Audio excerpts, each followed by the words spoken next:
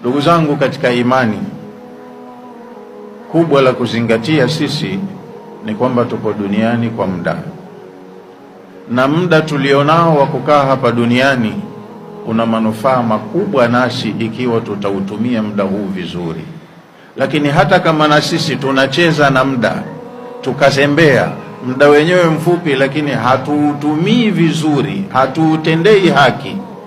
Yani wewe hata kama hufanyi dhambi, lakini kama hufanyi na yale ya thawabu ya kwenda kulipwa, basi unaacha peji zako za kuandikiwa ziko tupu, empty, au unaacha blanks nyingi mpaka muda unaisha, miaka yako 30 50 inaisha, hujafanya kheri zozote.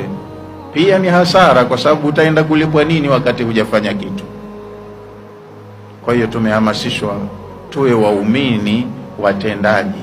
Hicho ambacho leo unatenda ndicho baada ya kufufuliwa kitakwenda kukaguliwa, kifanyiwe tathmini na ulipwe ujira unaostahiki kulipwa.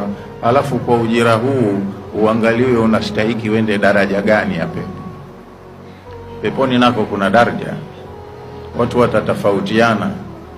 Kama tunasafiri tu kwa ndege, kwenye ndege moja tunaenda kushuka uwanja mmoja, lakini kuna classes na business class, economy class na nyinginezo, nauli tofauti, mazingira tofauti, ndege moja au meli moja.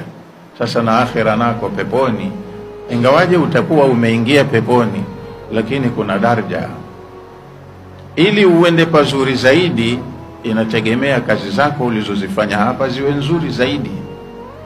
Ukifanya mbovu unaenda kulipwa mbovu, ukifanya haijambo unaenda kulipwa haijambo, ukifanya nzuri utakwenda kulipwa nzuri, ukifanya nzuri sana unaenda kulipwa nzuri sana. Sasa ni chaguo lako wewe mwenyewe, nini unawasilisha, nafasi gani utakwenda kukaa kwenye maisha ya milele. Katika Qur'ani sura ya 2 aya 281, aya ya 281, Allah subhanahu wa ta'ala amesema,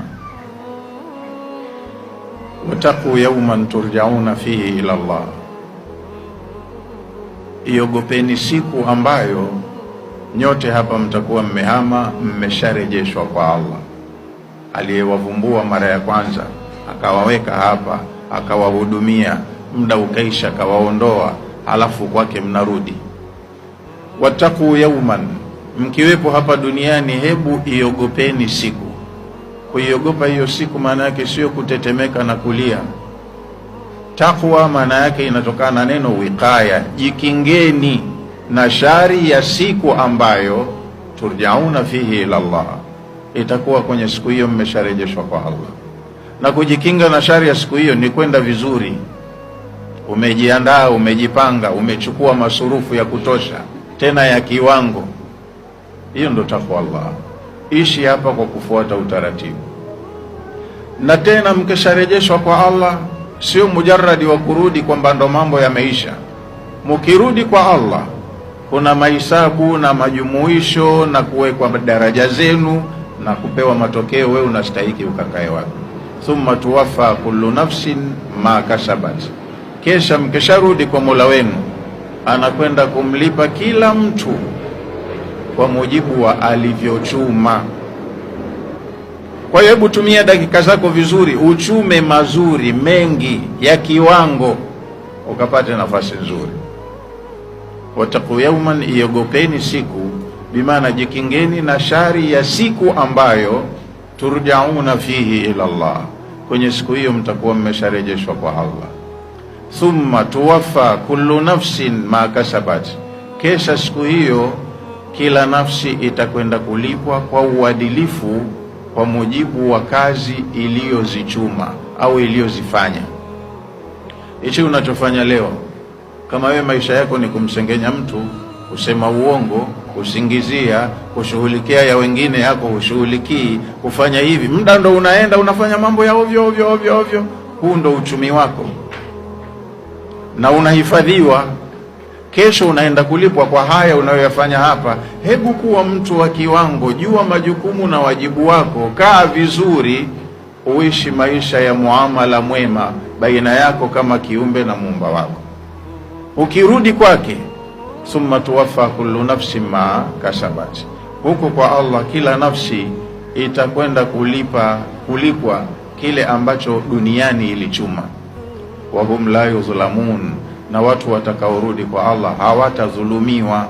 Utakachokikuta huko ni kazi yako mwenyewe ya mkono wako ulioifanya hapa duniani. Muda ulokaa hapa ulioyafanya, hiyo ndo rasilimali yako utakayoondoka nayo hapa, na ndio itakayokwenda kukaguliwa, ipigwe thamani na ulipwe. Tunahimizwa kwamba tutumie dakika zetu vizuri, tuwe watu wema, na tuwe makini katika kuangalia vile vitu ambavyo vinyemelezi vinavyoharibu ubora wa matumizi ya kazi zetu, matumizi ya muda wetu, au vitu vinavyoharibu amali zetu. Unaweza ukawa umeswali, lakini swala yenyewe mbovu mbaya. Muda wote wewe uloswali unaswali swala mbaya mbaya tu. Sasa utakwenda kukuta nini mbele ya Allah?